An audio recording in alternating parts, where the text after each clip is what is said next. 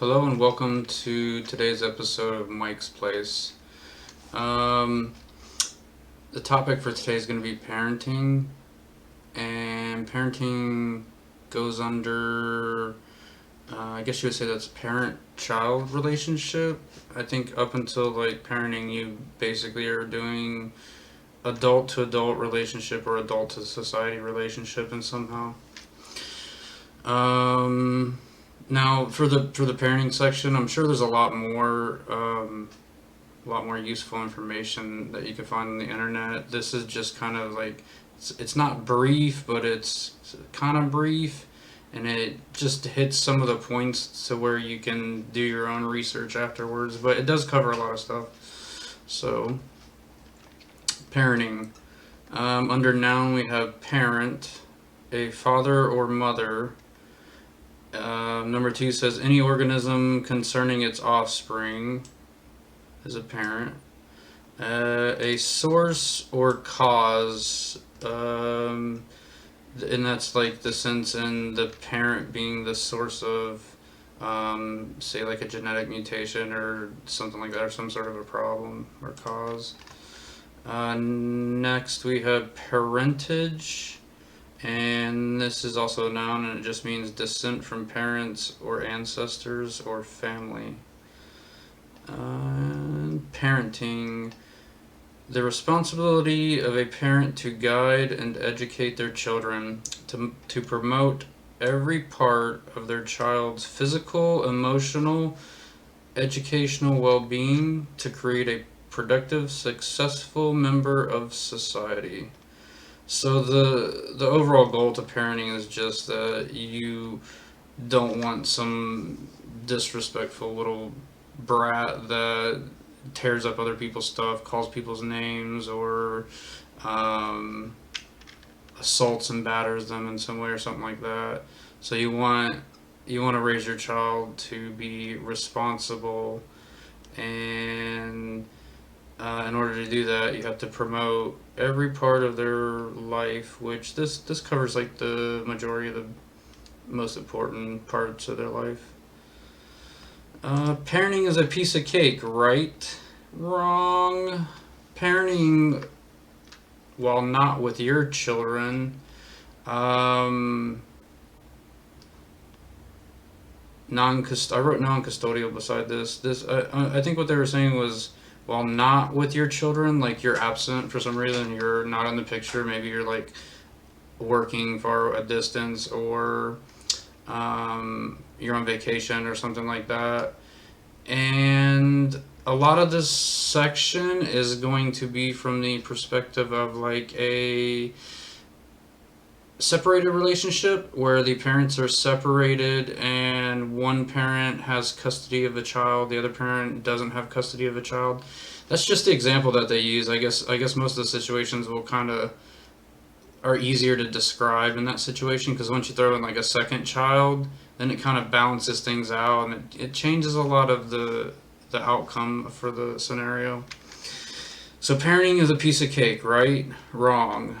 Parenting, while not with your children, could be the most difficult task you will ever undertake. Basically, like if you're not living with them, it's a little more difficult to be a parent and to do parenting. Not impossible, but more difficult.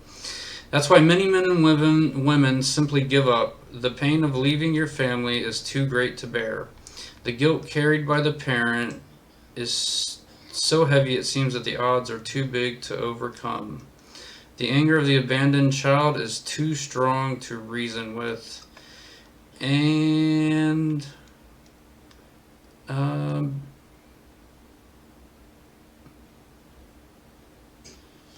yeah, I'm not sure why somebody would carry guilt about leaving. Maybe they intentionally left the child so they feel guilty about it. But in the sense of some of the scenarios in this chapter, one parent is like incarcerated or just out of the picture temporarily, not permanently. And it's possible like they didn't choose to leave. It was like an accident. So I guess you would have more guilt if you actually chose to just walk away and then you wanted to go back. So that's where they were pointing at towards that. And then just saying that the anger of the abandoned child is too strong to reason with. And that would be like the parent doesn't even want to try to parent because they don't want to deal with the child's anger of them leaving. And that's a normal thing if the parent is gone for a long period of time. The child could possibly get angry, feeling like it's their fault that the parent's gone, or they did something wrong, or they just don't like them because they're not around. They're not a part of their life. The commitment of parenthood. About 75% of the parents making about 75% of the parenting methods we learn and use are those we unconsciously adopted from our parents. So, in the sense of you weren't necessarily taught, like your parents didn't actually sit down and like tell you and teach you these things. We learn them from watching what our parents say and do. So we're learning from their actions, and sometimes those parenting methods aren't good. So taking parenting courses and reading about parenting will help us to develop a style of our own. And this the stuff you learn from your parents is kind of like a programming, in the sense of they're not actually teaching it to you, but they do it over and over again. So they're constantly showing you this thing. So they're teaching you by showing you, um, and it does kind of program you to be a certain way, and then it's hard to undo those habits, bad habits, if they are bad habits. It's hard to undo the habits once we have them. So, outside of this, yes, taking courses or reading about parenting will help, definitely. We are parents forever. We parent from the wonder, love, and pride in the miracle of new life we have procreated. Parents experience emotional highs and lows of close interpersonal relationships. Yeah, that's definitely true, because if you've had a relationship with like another person, an adult, your relationship with your children is pretty close, like in the sense that it's a family member, you love this person, and you're always around them, so you're always talking to them and spending time with them. We may have unrealistic expectations for and with our children. Definitely, sometimes parents like expect way too much out of their children. They have them doing all kinds of stuff, and they could possibly be setting their child up for failure if the child's not good at what they're doing, or, I mean, the child could become a professional and really good at what they do.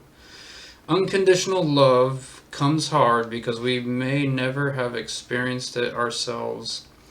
And this was kind of like a comment in reference to, some people just have parents that they don't show love, like um, they don't give hugs, they don't compliment, they don't, what's the word, constructively criticize, they destructively criticize. So instead of trying to build the person up, they just break them down. Our children's bid for independence may create challenges that are emotionally draining. And yeah, that usually happens when children are really small and they first start to become independent, and then probably a little later on when they become teenagers and they start to become really defiant. And so it does become emotionally draining and a lot of work if they start doing things they shouldn't be doing and hanging out with people that are just influencing them to be bad or do bad things. We tend to concentrate on the lows and bad events rather than the highs and good times. Just look at the news. Yep, news is filled with bad news mostly. If we are fortunate, we may see our children established in totally independent lives. And that would be one of the main goals, also outside of just teaching your kid to be responsible, is making sure that they are totally independent, they don't rely on other people, and when they do form a relationship as an adult or as a young adult, that it's a healthy relationship. They're not involved in abuses or stupid childish games or anything like that. Do you want your children to follow you? Over 16 million children, and it says about 2010, so I guess this was like a 2010 scenario that they took the information from. So over 16 million children in the United States today are separated from one or more of their parents. Over 5 million of these children have one or more of their parents in prison. What a sad epidemic. So I'm not sure what the total population was for the U.S. in 2010, but they're saying 16 million children out of the total population are separated from one or more parent for one reason or another. It could be, like they're saying, the parents in prison or jail. One parent could work way too much, or they could work far away from where the child lives or something like that. So a lot of different scenarios. It doesn't just apply to parents that are away because they're incarcerated, so this would be also applied to like just parents that are away for extended periods of time. So when parents are separated from their child or children, someone else is making the day-to-day decisions and commitments. The absent parent can enjoy the title of mother or father without having to do all the hard work. A major conflict occurs when one parent feels as though they do all the work and the other parent just gets to enjoy the rewards during the weekends. Yeah, definitely. If one person doesn't really do much in the sense of being responsibility and trying to take the kid to maybe like sporting events or some sort of after school program that they can engage in, and instead that parent is out drinking or doing drugs with their friends.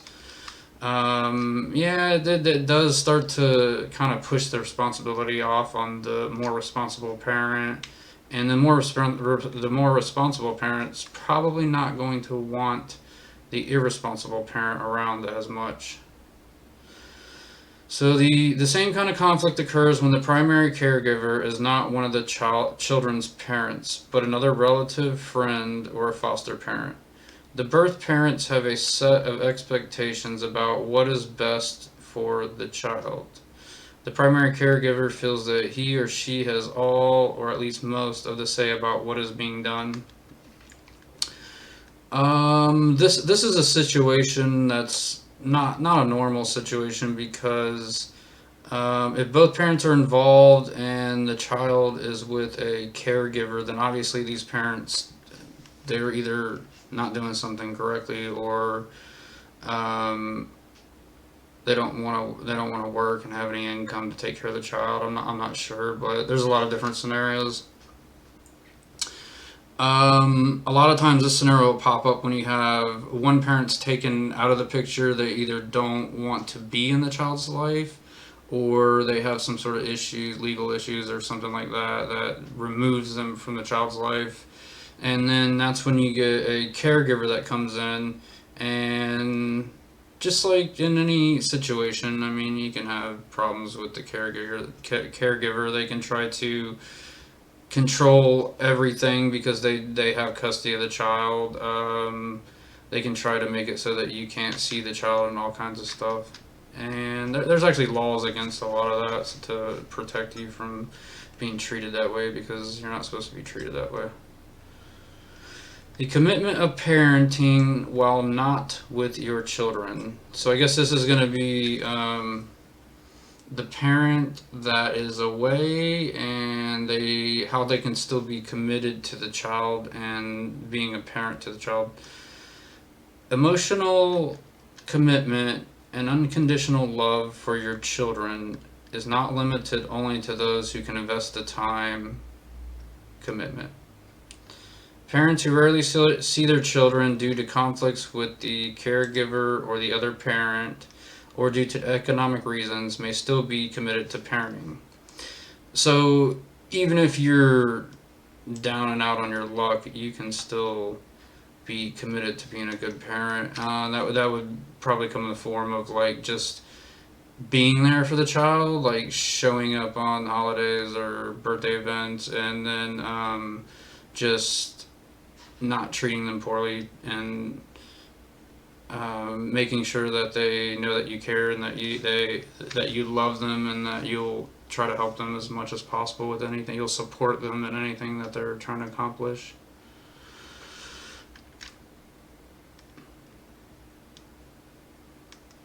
Ten important steps to follow through with. So number one is parenting while not with your children is a stressful task, and you will need to reduce other stresses in your life. So yeah, definitely, especially younger children. Like there's a lot of time consumed in spending time with the child and teaching them, talking to them, teaching them the skills that they need to be safe in society and everything. So if you're going to be the parent that doesn't have custody of the child, in order to be a good non-custodial parent, I guess you would say that it's best to reduce other stresses in your life. That way, you can focus on your child. Like in one thing that comes to mind here is my personal look on this was, when I separated from my relationship and I have children in that relationship, I chose not to form another relationship like that right away, because I felt that it would consume a lot of my attention and my time to try and have this relationship, and I wanted to use the attention and time, the extra attention and time that I had, to spend time with my kids. So number two, recognize that your needs are secondary to your children's needs. This means getting and keeping yourself healthy physically and emotionally. Right, so if you're, well, obviously if you're not physically healthy, you would be restrained from actually just being able to physically show up and hang out. But if you're emotionally stressed and bothered, you're definitely not going to have a good time whenever you try to spend time with a child. You could possibly be upset, yelling at them, calling them names on accident, or being rude to them just because you're stressed out about something else. So definitely being healthy physically and emotionally helps whenever you want to be a good parent, especially if you're the non-custody parent and you don't have custody of the child and you're trying to be a parent to the child still. Work with the other parent or primary caregiver as much as possible to reduce tension and stress. Do your share to bring about peace and hope for more cooperation. I think what they're saying is, like,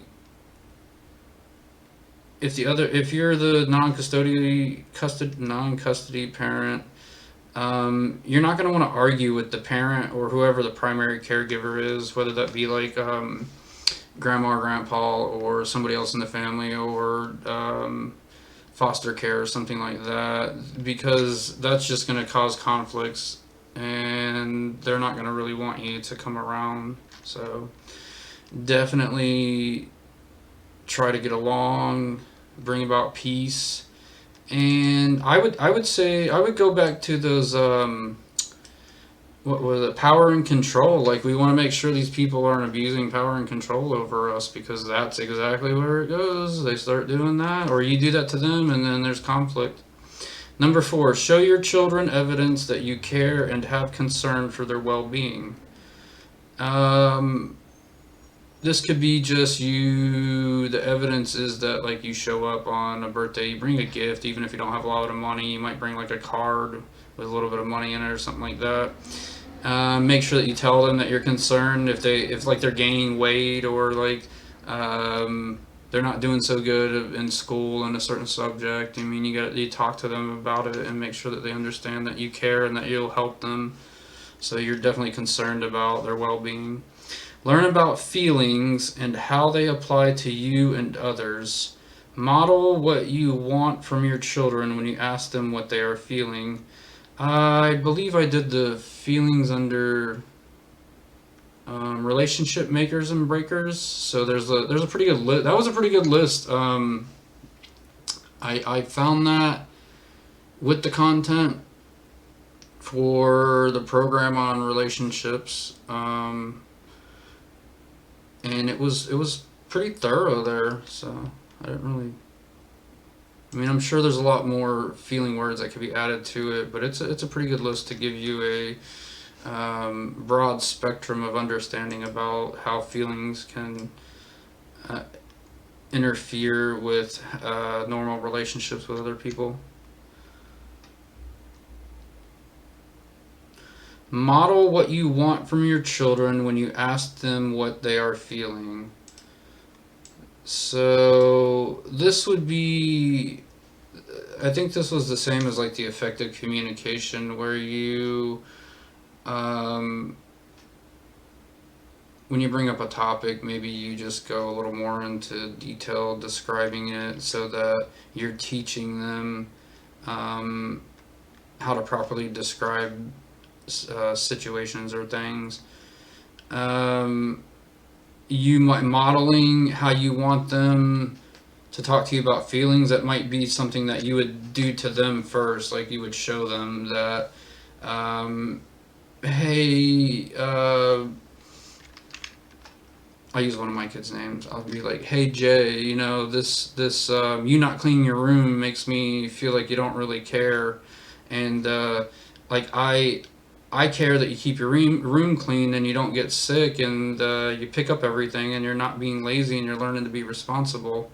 So and then I might go in and start helping him fold clothes or pick stuff up off the floor. So I'm modeling like what I want him to do and how I want him to respond when he comes in and sees his dirty room. Number 5 says offer encouragement, not criticism. That would be destructive criticism, because you could offer encouragement through constructive criticism, where you criticize, but then you also build them up by saying, maybe it's not your fault that this happened. You've been sick, that's why you didn't perform so well in the track meet or something like that. Learn to focus on their positive characteristics and efforts. That's basically like not pointing out their flaws constantly, because then like that's all they're gonna think about. So focus more on positive characteristics or some of the positive actions that they've completed to encourage them. Learn what you can and cannot do. Do not promise anything you cannot deliver. Focus on now, not on the future. Um, Learning what you can and cannot do. I'll touch a little bit on that later with parental rights and responsibilities. That actually, I believe that's a legal section for civil law, and so you would actually be able to look up what your rights and responsibilities are through the statute, like say Florida statutes, because I'm in Florida. You would be able to see what all the rights and responsibilities are inside the laws and statutes for that type of law. And I am big on this promise thing. As I was growing up, I learned that I would constantly say things to people, promise them things, and I really didn't mean it. And after a while, I kind of realized I was doing this and not living up to making these promises. So I started catching myself before I go, "Oh yeah, I can come over and help you out with that later on." Nah, like I'm not coming over to help you out later on. My back's all messed up and so are my legs, so that's a lie. So that would be me making fake promises to you. Focus on now, not on the future. And yeah, you don't want to constantly just be trying to figure out what the outcome to everything is. You're just trying to be a good parent and do your part. If these other people that are also involved give you a hard time, I mean, some of that's outside of your control. unless you want to study those parental rights and responsibilities and attack them. So number 7, giving up because the obstacles seem too great will damage your self-esteem and reinforce the lack of self-worth your children develop from seeing you give up. You both become perpetual victims. So sometimes you have to give up. Like sometimes things just go a little above and beyond. Sometimes you just got to put it off for a little while until you can come back and finish the task. Maybe it was too expensive or just too time consuming at the time. You work too much and you're just too tired to keep up with it or something like that.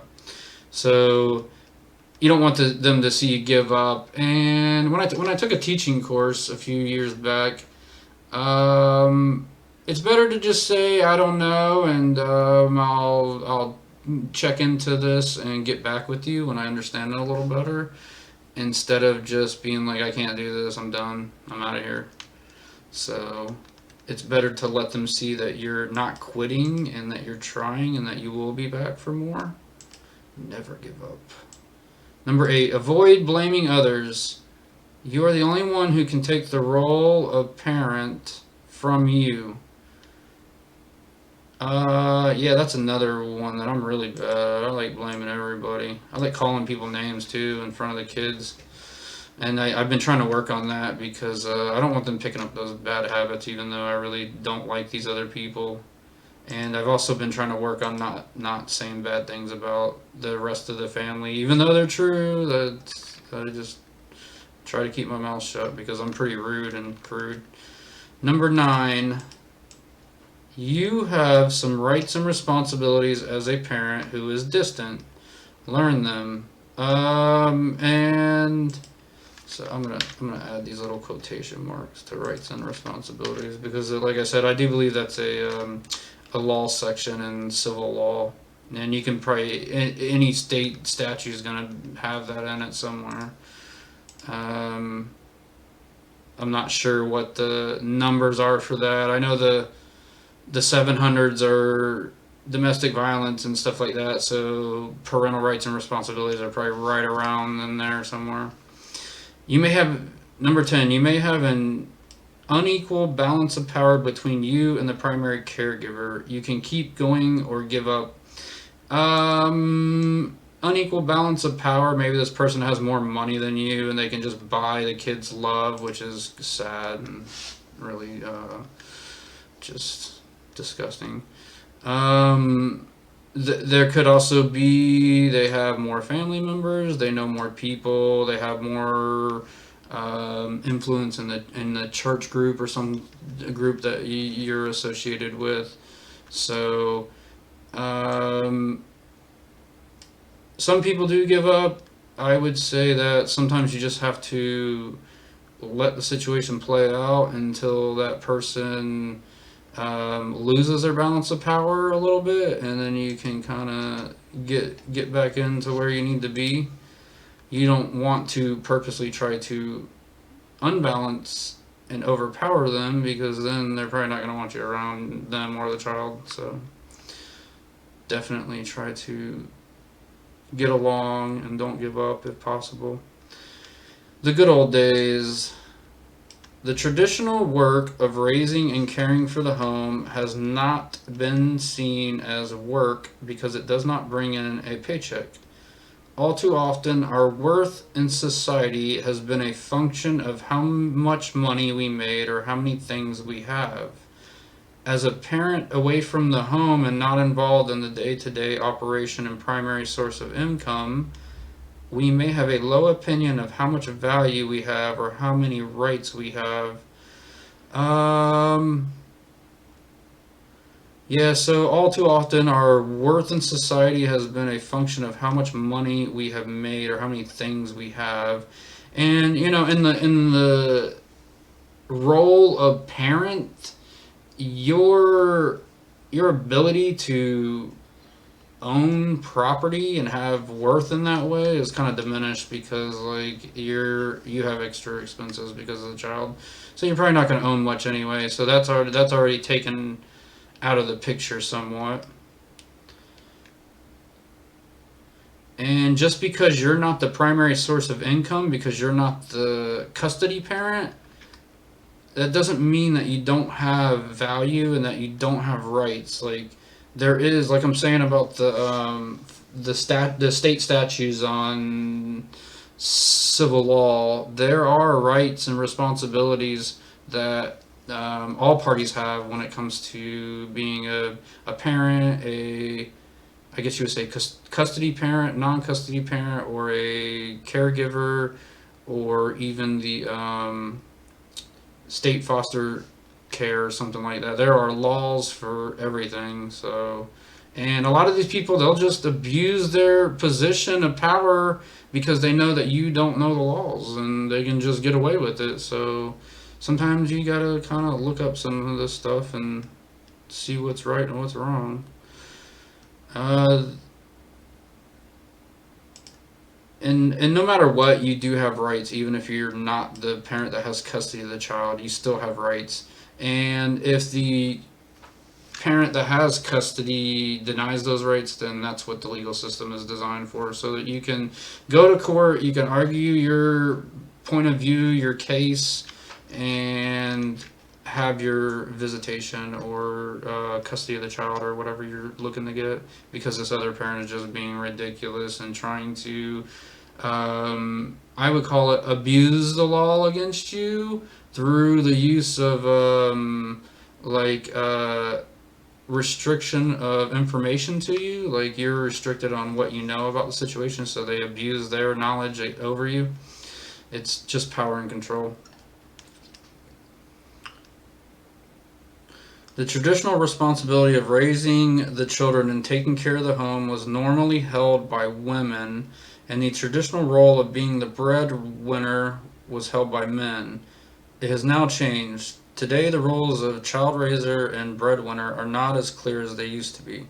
When one parent is away from the day-to-day life of the child's well-being and economic support fall upon others. Yeah, definitely. Like the roles are kind of a little wacky. You could have the woman as the homebody or the main worker, or vice versa. The man could be in the roles. You also have your same-sex couples. So it's like it's always going to be either male in one or the other role, or female in one or the other role. So that doesn't really. Traditions don't really apply as much today. And when one parent is away from the day-to-day life of the child's well-being and economic support fall upon others. Always true. This is the reason why child care was developed, because when you leave, you have to pay somebody to take care of your children, or your children are like doing whatever they want, tearing your stuff up, or running around the streets, or like getting beat up or something. Who knows? Ideally, all parents should be willing and able to accept the responsibilities of providing for the development of high self-esteem for their children and also economic well-being.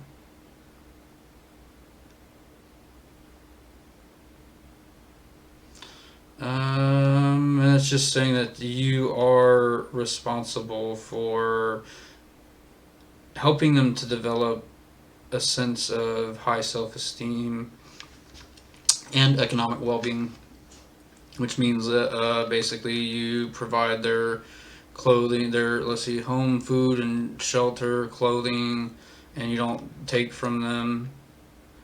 You teach them to work and save their money, even though some of them don't listen and still waste it. But anyway. All we have to do is look at the welfare rolls, juvenile halls, jails, prisons, mental health facilities, and foster homes to know that some parents do not adequately provide either. Yeah, sometimes it's not the parent's fault. Like, there's a lot of things that could happen. The person could accidentally get hurt or something like that, and have legal issues because they have brain damage. As a parent separated from your children, you will need to decide how you will meet the challenge of your responsibilities as a parent. If you do not have the economic means to assist your children, you may want to help Develop their self-esteem. Yeah, that's probably if you don't have money and you can't buy them nice things, you can still hang out with them and talk to them and build them up, make them feel good about themselves. Um, this also will keep you from being in competition with either the caregiver or the parent that has uh, an excess of resources, possibly. And like I said before, they could just buy the kids love anyway. So it would be better for you to not even try to engage in that and support the child in a different way. Possibly you already pay child support, so instead of adding more, giving more money, you just provide the emotional support, building up their self-esteem, or educating them by teaching them, subjects in school or something like that. You can do that by letting your children know that you consider them lovable and worthwhile. So you can develop their self-esteem by letting them know they're lovable and worthwhile. When we exercise our parental rights, we are assuming the responsibilities attached to it. Um, so right, when you're exercising your rights, you're doing that by being responsible and being that parent that is a part of the child's life. You are at you visit on holidays, you come to birthday parties, or you throw a birthday party, or you show up at sports events or school events or something like that. You exercise your right, and even when the other parent tries to refuse, like visitation or something like that, you exercise your parental right by requesting legal intervention or something like that. So um, just basically your actions show that you're exercising your rights, and as long as you're not doing it in a way that's illegal, you're being responsible about it. Explanations. Why I'm not around. Children will formulate their own ideas why one parent is not around. Their ideas may not be the actual truth, but the children will believe and adopt those ideas as truths. You have the right to choose what you want your children to know about your separation, and if you want to give them that information. You will not be able to control what others tell your children, so you will want to carefully consider what you tell them. If you give them the truth and others have told them something different, it is up to the child to figure out if what you say is valid. Most children are very good at sensing the truth, so no matter what others tell them, your relationship will ultimately be healthier if you tell the truth. Yeah, and the thing about truth is you might be able to lie, manipulate kids, but as people get older, they become wiser and they learn a little more, and then they begin to have a better sense of what truth is. So definitely, if you want to have good relationships with not just your child, but anyone, you be honest and truthful. When a parent goes away for any reason, the children are anxious as to whether they will ever see them again. This is especially true for if a parent is constantly going out of the picture. This could be like a military officer or something like that. Um, the child could start to become anxious and wonder if they're never going to see them again. That would be especially true if there was like legal action, the parent got in trouble, so the child would be really worried about never seeing them again. One parent going away leads the children into the fear that the other parent may leave too, therefore causing abandonment anxiety. And anxiety it's like a mental disorder. You don't really have a lot of control over it. It takes over your mind and your body. You have like involuntary convulsions in the sense of like shaking and crying and stuff like that. So anxiety is never good, and it's definitely not good to force it on a child and then make them live with it, because they'll just become an anxious person as an adult, and probably develop like schizophrenia issues and who knows what else. You need to you need to plan when and how to tell your children that you are gone and why. Assure them that you love them. Be open and honest about your responsibility in the matter, and explain how you feel about accepting that they hear it from someone else. I always like to be the person that is upfront and tells people, so they hear it directly from me. I don't like using the middleman. I don't like hearing it through the grapevine. I want to hear it straight out the dragon's mouth.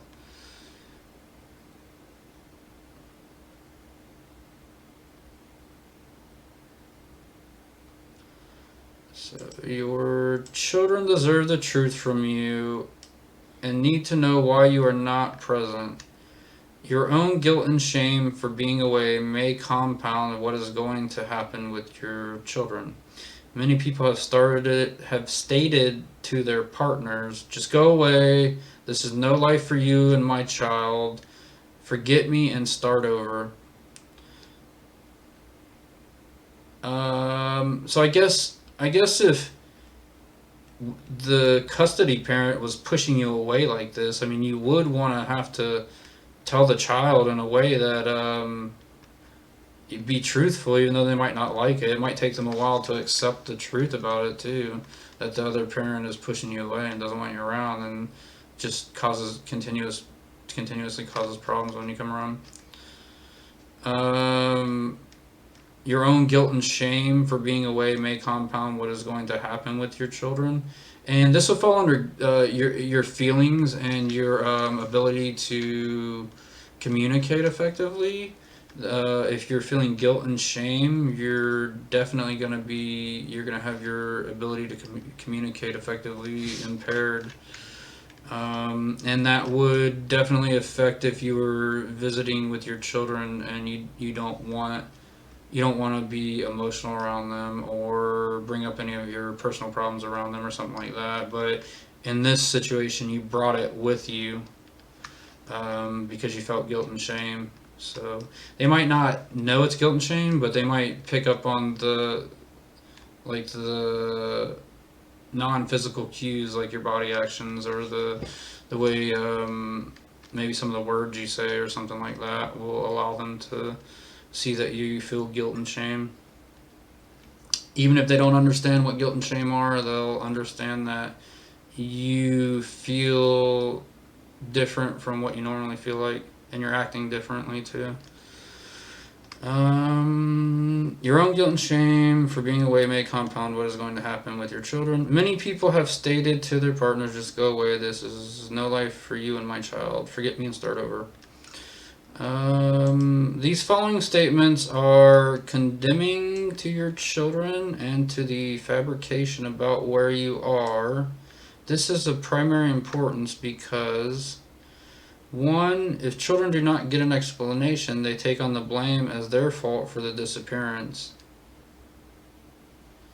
Okay, so I guess this is the child condemns themselves, which means that they developed a sense that they're a problem, and this goes along with the anxiety thing. They feel like they're the problem, and that the reason that the non-custody parent doesn't come around is because of something that they did. It would help to give them an explanation, describe the things, try to explain it better to them. That way they understand that it's not their fault, and you can totally get rid of that self-condemning blame that they will develop and use if they don't know that it's not their fault. Number two, if children are told lies about where the parent went, it does not give them the opportunity to talk about the truth and to talk about their feelings, which will not help resolve feelings of anxiety and abandonment. Right, so if you lie to them, then they don't have the chance to talk about how they feel about the situation, because you're not even telling them the truth about it, you're lying. So then not only do they have a false sense of the truth about the situation, but then they also have been taught to have feelings for something that doesn't even exist, which is kind of confusing. Talk about feelings, help resolve feelings of anxiety and abandonment. So I guess just talking to them about it, making sure that they know it's not their fault that the non-custody parents around, you lessen their anxiety and fear of abandonment. I don't think anybody really likes feeling like they're going to be abandoned.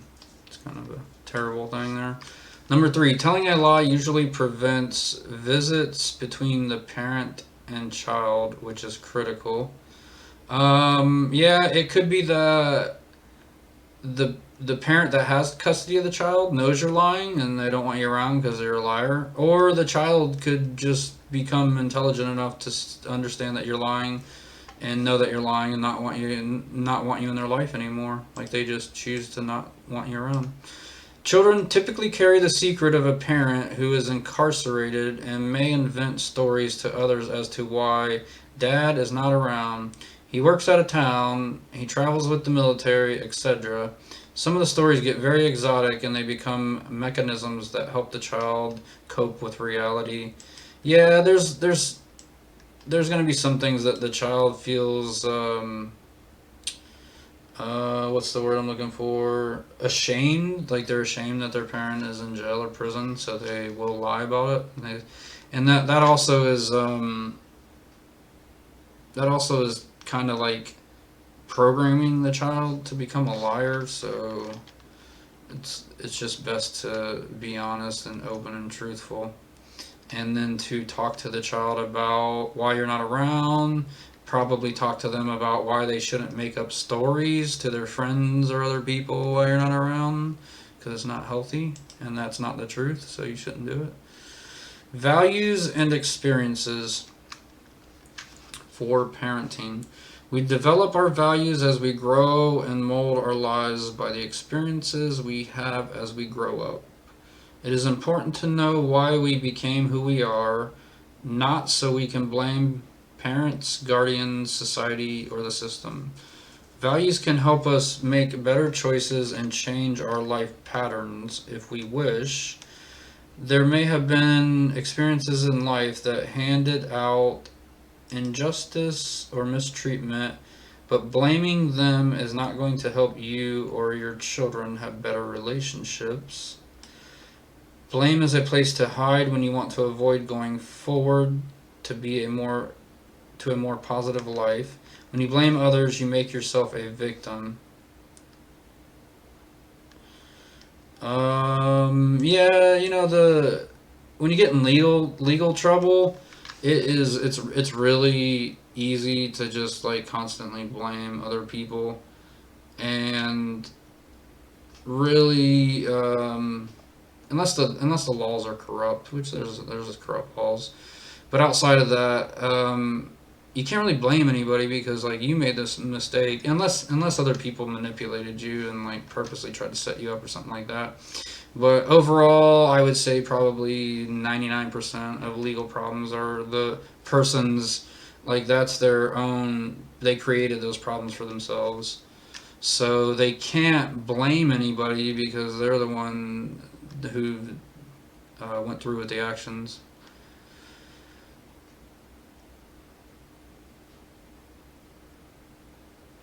Yeah, and so blaming other people doesn't really help to have better relationships. If you learn not to blame other people, you learn to accept that you made a mistake, and then you learn to correct it also. Hopefully you learn to correct it. And so you have a more positive life. You're not blaming other people or negative and always thinking that nothing's your fault or something like that. When you blame others, you make yourself a victim. You become a victim in the sense that you don't learn about what you did wrong, and you continue to do it because you don't think it was wrong and you blame other people. So that's how you become a victim, and then you will probably form a habit of doing the same thing and being a victim of the consequences again. Explanations to your children about your separation. Your personal values and your life experiences will vary with the age and needs of your children. I think up here they mentioned values, so I should have morals and values under this, and these are just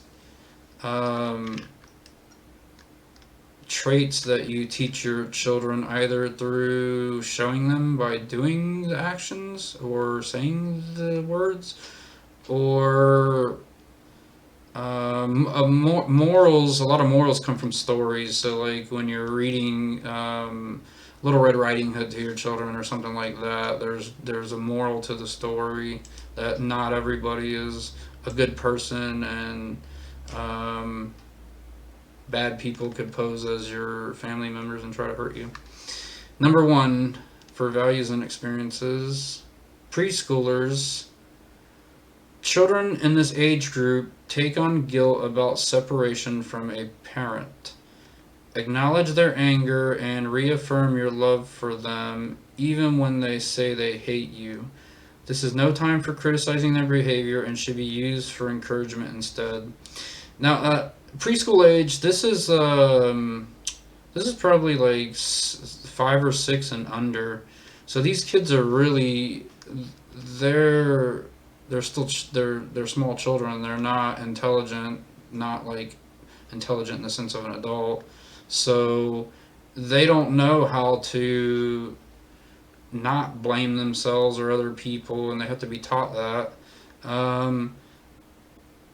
Acknowledge the anger. I think acknowledging the anger is okay. Like you tell them that yes, it's okay to be angry, but if they start acting out and like throwing stuff or breaking stuff, it's definitely not okay to accept that or allow that to happen. You definitely want to just tell them that you love them if they and you care about them if they feel guilty that something is their fault, and you tell them, oh, it's not your fault, and don't think like that. I love you. You're a good person. Even if they say they hate you, just don't. It's a child. Children sometimes say things that they don't mean to say, and if you let this hurt you and then you start criticizing their behavior or their words, all you're doing is teaching them that it's okay to criticize other people whenever they try to show emotion or feeling. So that's definitely not a good thing either. Definitely don't criticize their behavior. Don't criticize what they say. Encourage them, and just remember that it's a small child and they probably don't completely have the control over their emotions and feelings yet anyway. Number 2, grade schoolers. These children are centered in their parents and need encouragement to go on with their lives. It is extremely important that they understand the reality of the situation and be given suggestions for them to cope with. So I'm going to put this between, 5 or 6 and 12 probably, just preteen, because the next one actually states teens. These children, right, they might have some friends at school. They don't have a lot of friends. Their lives are centered around their parents and their family at home.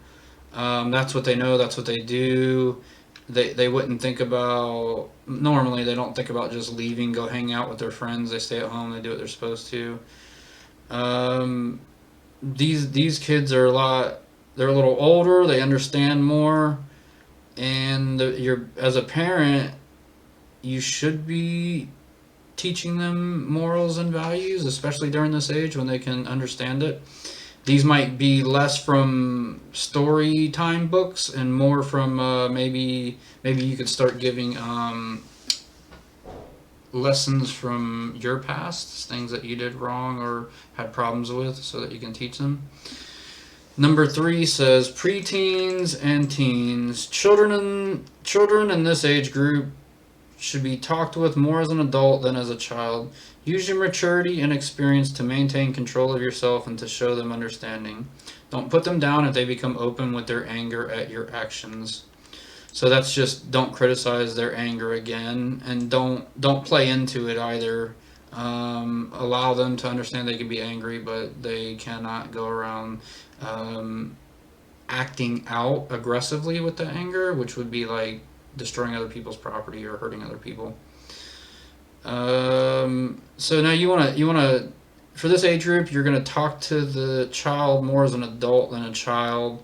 Now you don't want to cross that line. That's you're still gonna be talking to them, and you might bring up scenarios from the past.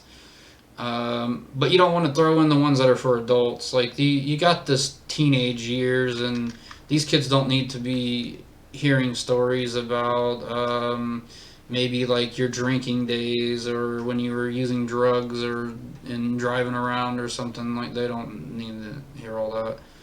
So definitely make sure that you talk to them as an adult, but that you don't go over and say things you shouldn't be saying, which I'm really bad about that because I have memory problems and I'm just constantly blurting out things that I don't realize I'm saying that I shouldn't say until after I say them. And then I have to go and say something like, hey, I'm just joking about that. That's not, I didn't mean that seriously. But yeah, it happens. So use your maturity and experience to maintain control of yourself and show them understanding, and just don't put them down or criticize them. Parental rights and responsibilities. Now there's a few of these little sections like this, and these are the ones that you will probably find under civil law if you were to need more information about your rights and responsibilities as a parent, because like you're having issues with the caregiver or the other parent. So, parental right to parent from where you are without being guilt ridden, worried, or angry about your separation. Um, yeah, so you can parent even if you chose to leave the relationship and not be completely in the child's life every day.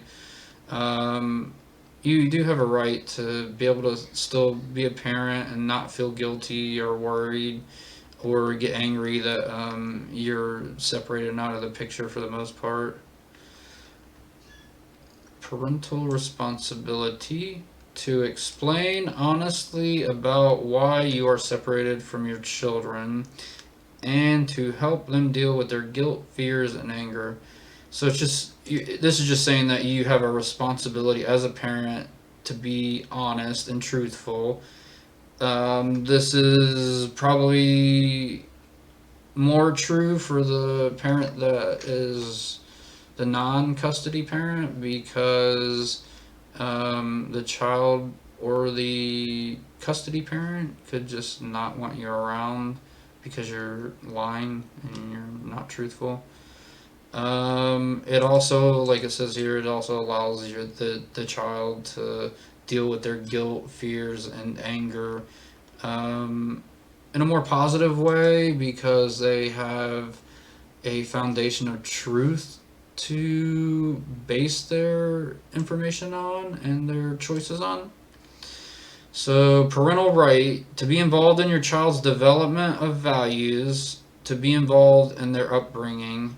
So, you just have a right to talk to them and to teach them what they should value in life.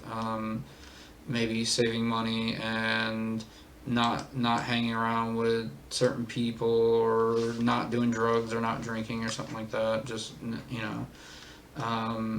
have a right to teach them those things, unless you value things like smoking crack and going to hang out with hookers. Then obviously you don't want to teach that to them. Parental responsibility to know and understand your own values and to share them with your children. You will need to share them with your You will need to share them with your children. You will need to share what your life was like as a child.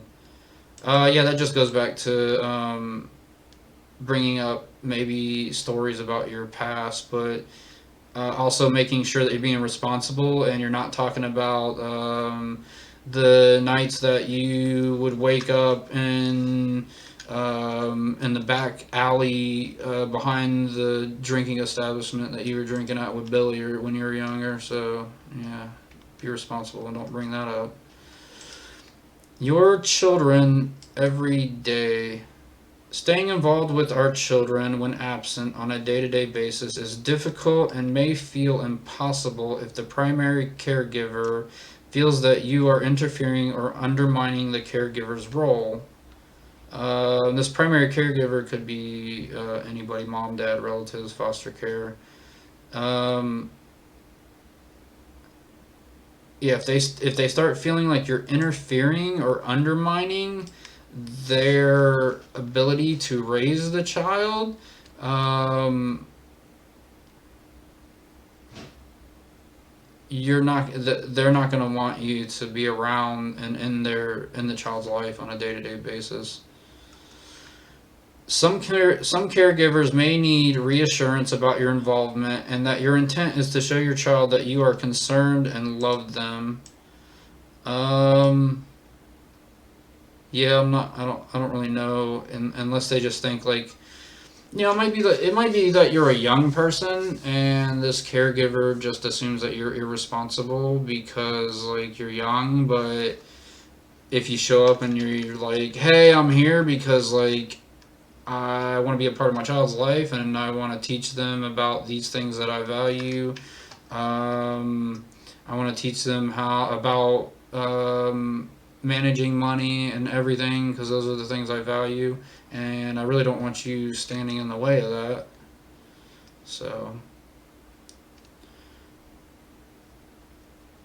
definitely do not aggravate the caregiver if you are the non-custody parent.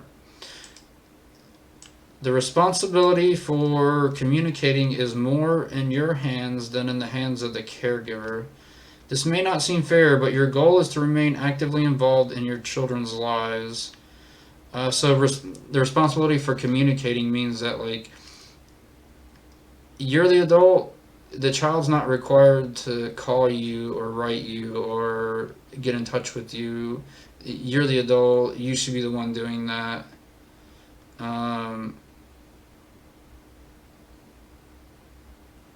Now the caregiver can kind of block you out of this situation and not let you communicate, but overall,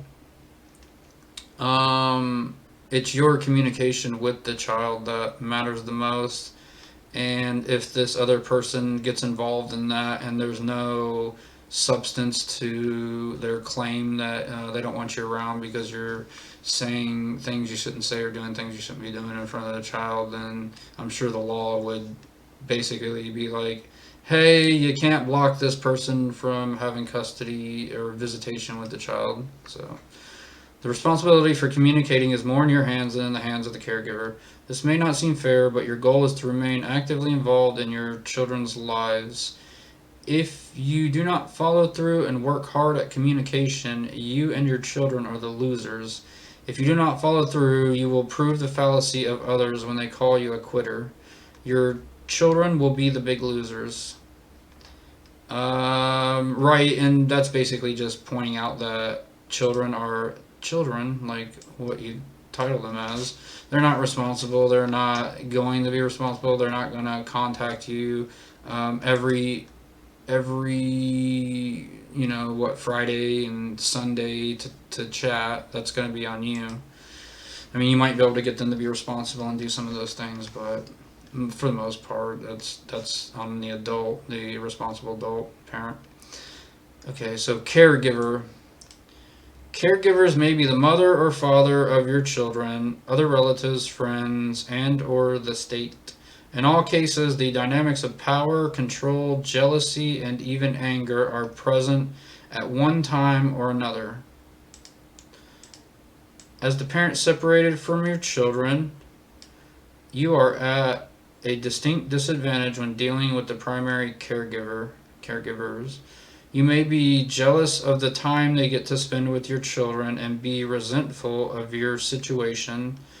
Yeah, because like if your child was taken kind of like by force, then you would definitely be resentful and you would be jealous that these other people that have custody of your children get to spend more time with them.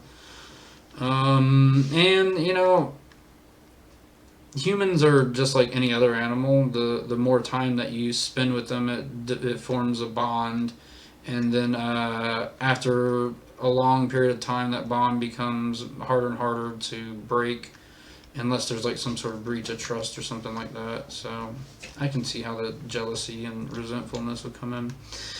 It is important to work on your self esteem and to know in your heart that you now have to do the best you can under the circumstances to maintain the goal of working with your children.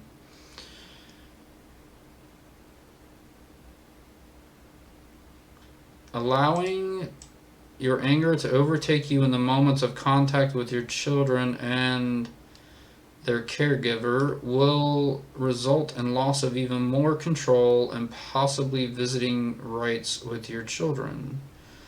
Right. So if you have outbursts of anger, the other people and the child, they're not going to really like that. They're not. They may choose to not want you around.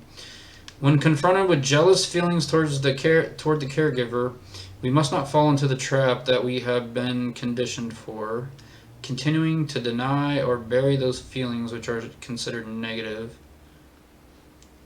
Acknowledging that we have feelings of jealousy may be the first step toward coping with them. Yeah, probably acknowledge for yourself, and then maybe verbally bringing these problems up with the other person. At least it brings the problem out in the open, so it can be discussed, and then maybe you can work through these feelings of jealousy or whatever. It also allows you to vent these feelings and not deny them or bury them. And that is going to be healthier for you and for everyone else also. This could help to develop a better relationship with the caregiver, or it may persuade the caregiver to allow you to spend more time with the child, even though they don't have to. It could be a situation where the court has ordered that you have little contact, and maybe they choose to see that differently because they don't think that the legal system is fair. There's a lot of different scenarios. Stay connected. Communication has never been more important between you and your children than when you are separated. Yeah, because there is no communication if you're separated unless you stay connected. You need to communicate to maintain and keep your relationship. That applies to not just parent to child, but any relationship. If you don't work to maintain it by communicating, just maybe like talking or visiting, then the relationship usually just dwindles down, dies out. If you are serious about connecting with your children, communication needs to include letters sent weekly during long separations if possible. Keep writing even if you don't get replies. You are the adult and the parent. Yeah, you could be in a situation where the caregiver is not giving these letters to the child also, and the child doesn't even know. So therefore, you could be wasting your time. So you might want to find out before this continues, and then just I would find out, and I would tell the child, I'd be like, I'm writing you letters. I don't know what these people are doing with them. We live in a different age now where we can snap a photo of the letter and send it in a text message or social media too. So there's been a change in the balance of power here. It was a little one-sided and unfair in the past, and now it's being kind of pushed to be a little more fair. More parental rights and responsibilities. Parental right. To share your daily life with your children and to request the same sharing in return. This is one of those things where your daily life might not be important, but you're bringing this up because it breaks the ice and it opens everybody up to talking and having conversation.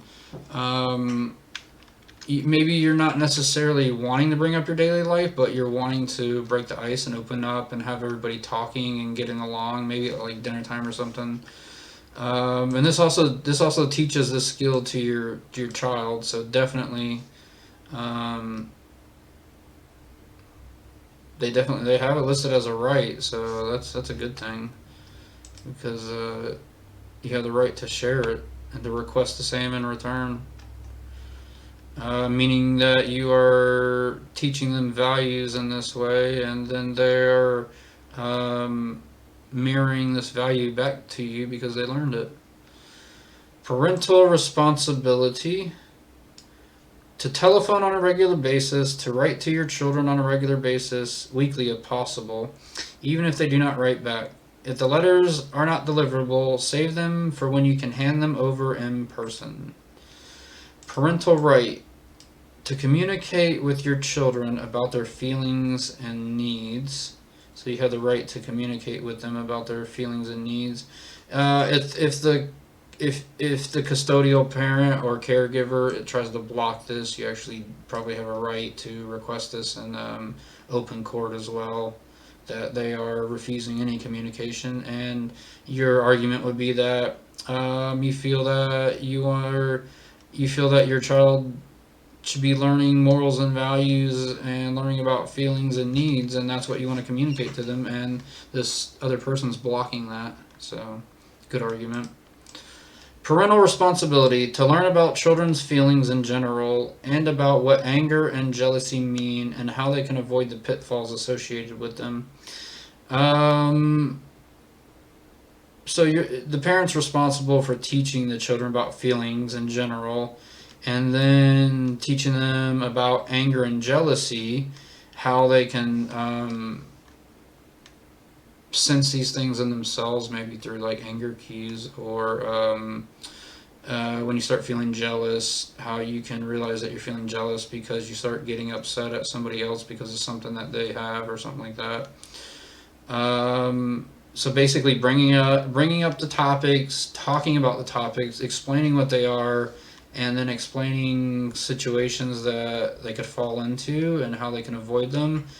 Definitely a responsible parent, and it is definitely something that all children should be learning. Parental right: to develop a sense of acceptance about your children's lives. I'm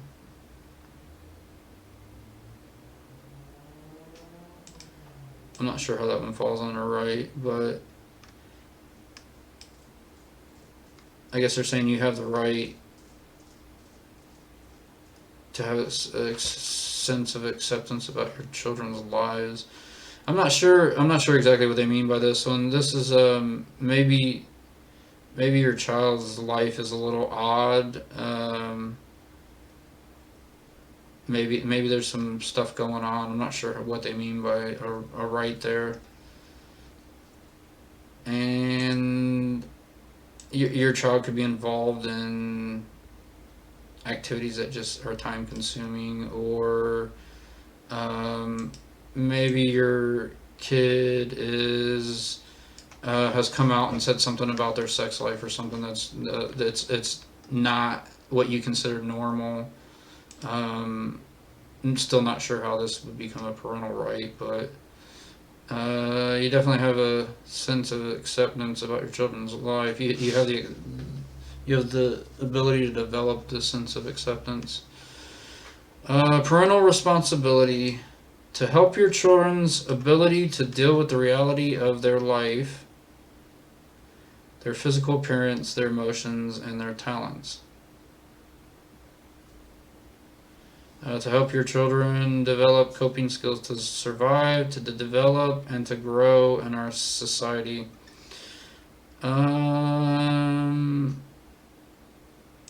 You know, I would say you can help your child develop a reality of their life or their physical appearance by just being in their life. Maybe for their physical appearance, that you buy them nice clothes, or you make sure that you tell them that if they remind them that if they didn't brush their teeth, they need to brush their teeth or something like that.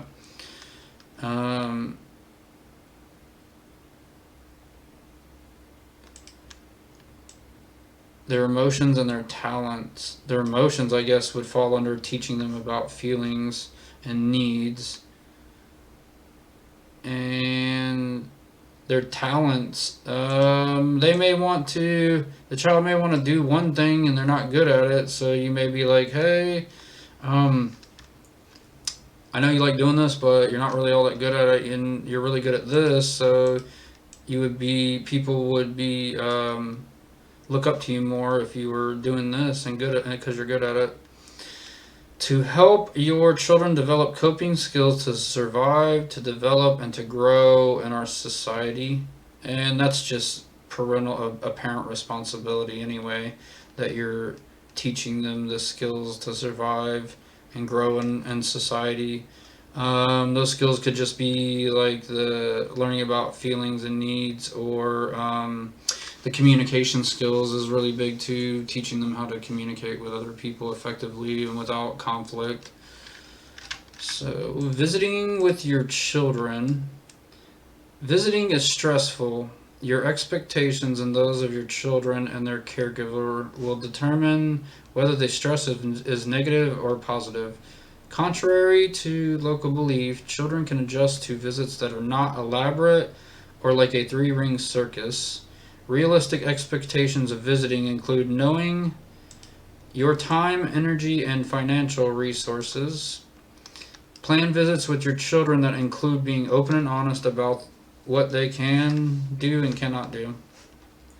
And this is just basically saying that you could be in a financial situation where you don't have a lot of money. You still want to visit your child.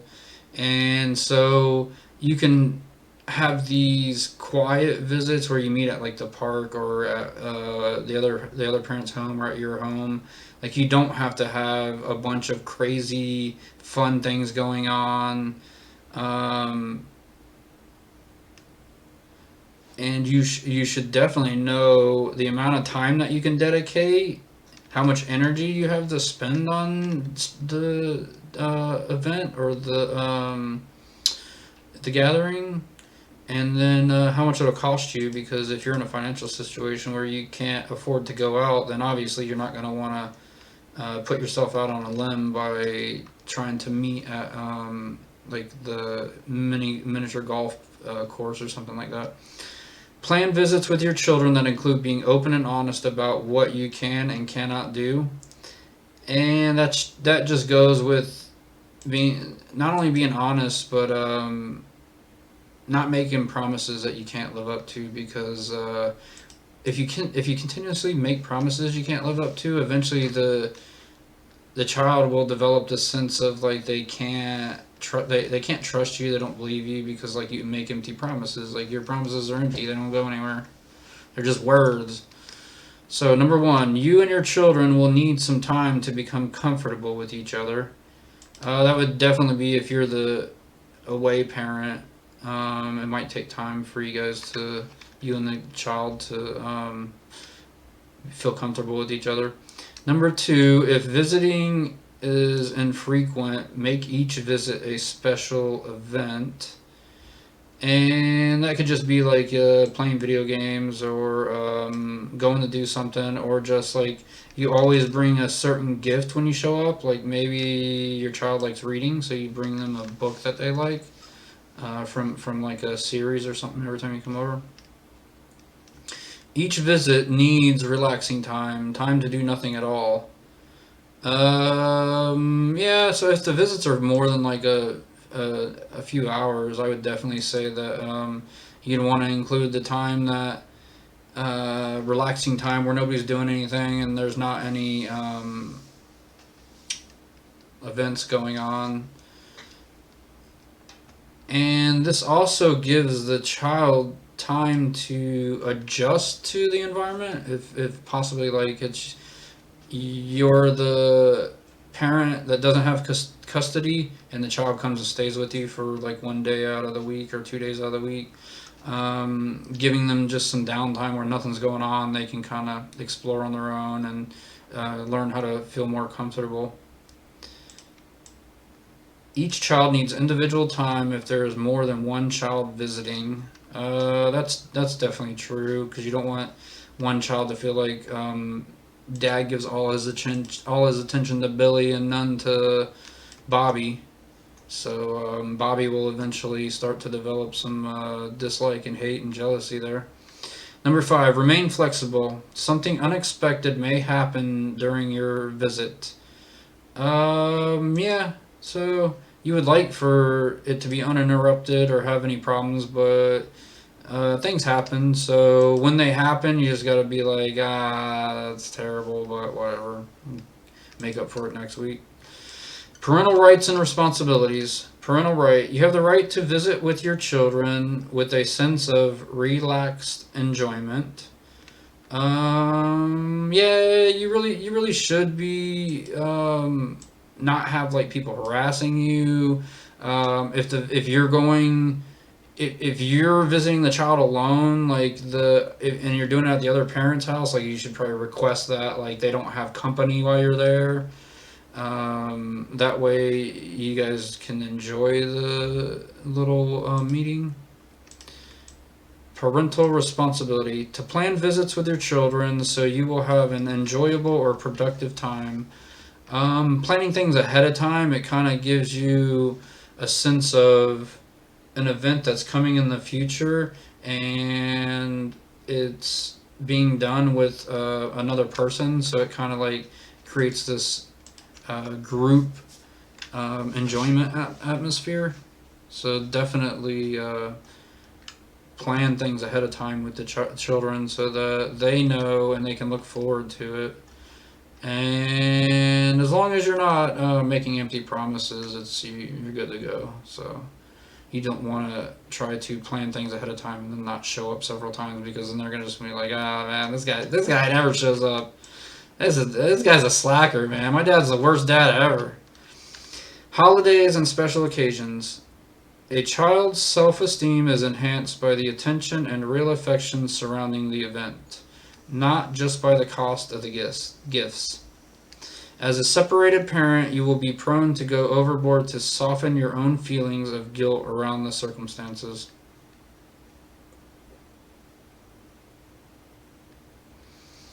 So I guess what they're saying is you don't necessarily have to bring gifts to show that you care and that you love the child and to show affection. Sometimes the gifts don't have as much weight as just showing up and then spending time with the child, talking to them or telling them, I love you. How do you like the holidays? Isn't it great? I like all the lights, the Christmas, if it's Christmas time. I like the lights that are out or something like that.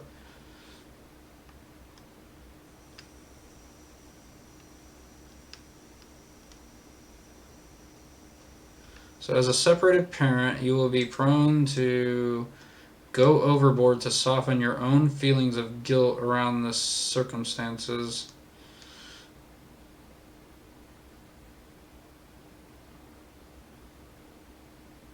Yeah, I guess they're just saying that the non-custody parent is subject to feeling guilt anyway because they're not around. Even if they didn't leave, they can still feel guilt just because they're not there all the time. And you just don't want to. You want to try and not necessarily hide those things, but maybe talk to the child about why you feel guilty. It might make things a little more easy to deal with. The child might understand a little better. It might make you feel not so guilty or ashamed of whatever the situation was because you brought it out in the open and talked to the child about it. Number one, learn about the needs and wants of the children. Part of staying in touch is knowing about what they have and what they want. Yeah, you definitely want to know some of the things that they like, and knowing their friends was a big one for me too. Like I didn't really want to meet their friends, but I wanted to at least meet them and see that they're their age, and see that they are the person that my child said they were.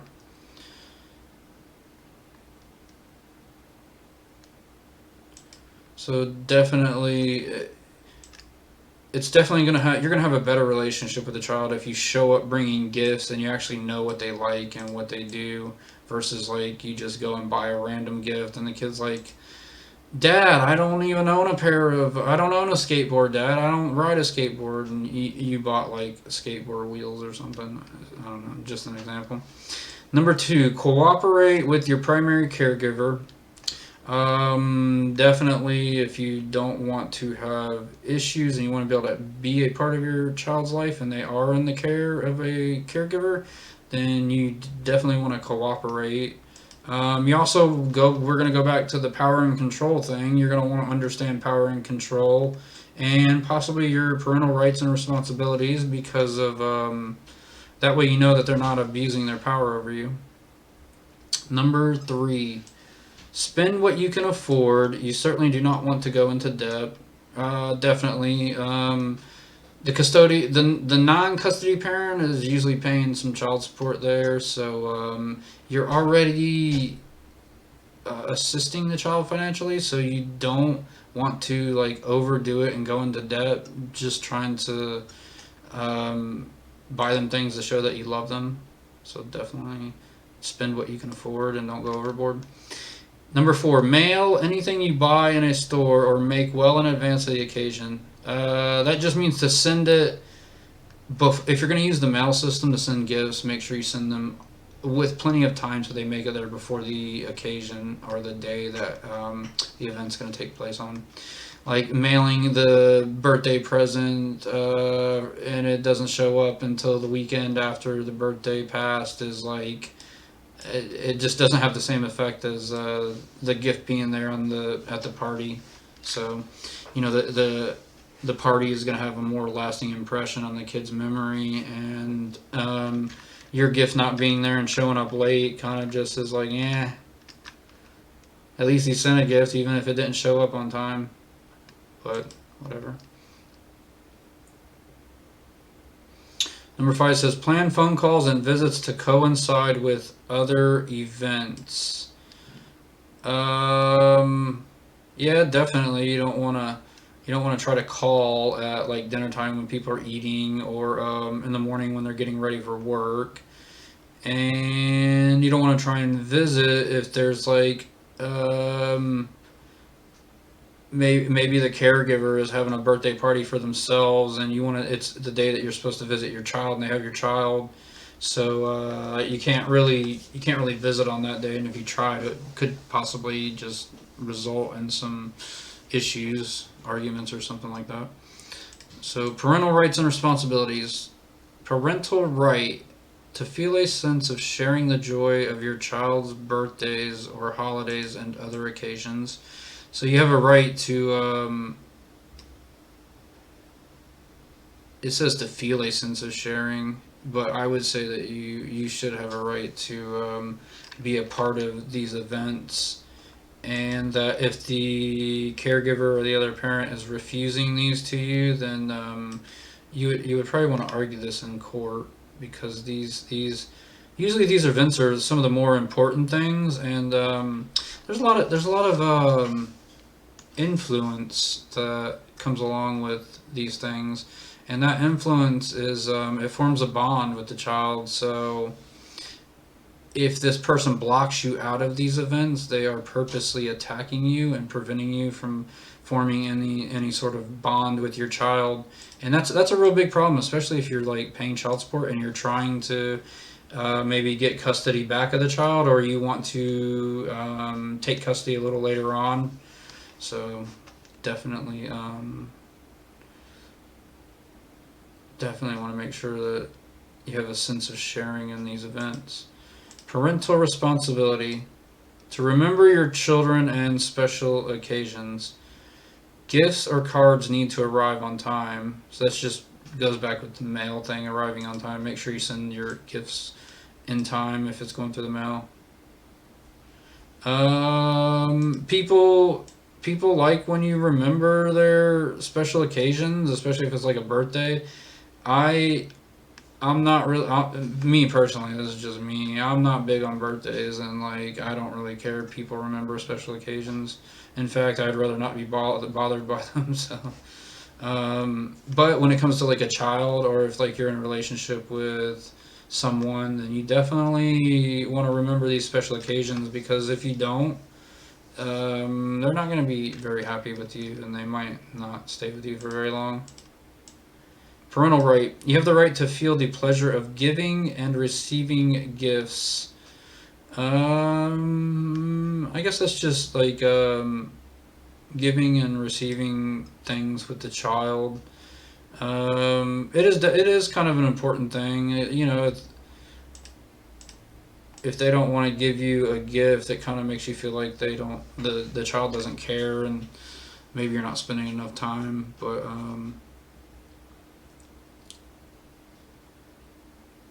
it makes them feel special when you give gifts, and it makes you feel special when you receive it in return.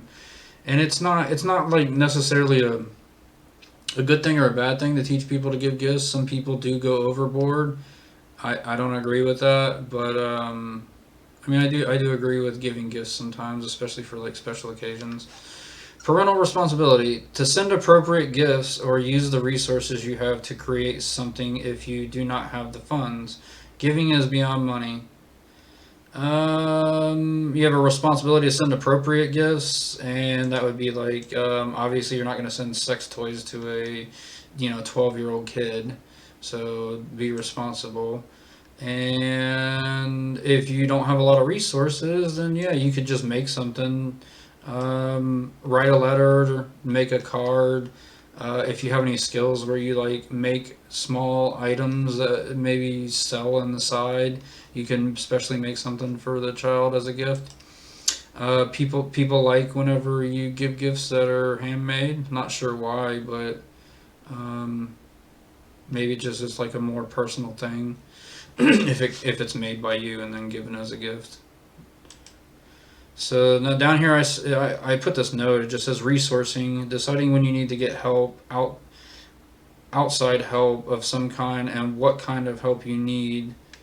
And that was just a note for resourcing in general. Just when you start having problems, in the sense of like parenting. So you have to look at the situation and ask, is this something that I'm able to deal with, or do I need to call and talk to people who are like specialists in this field?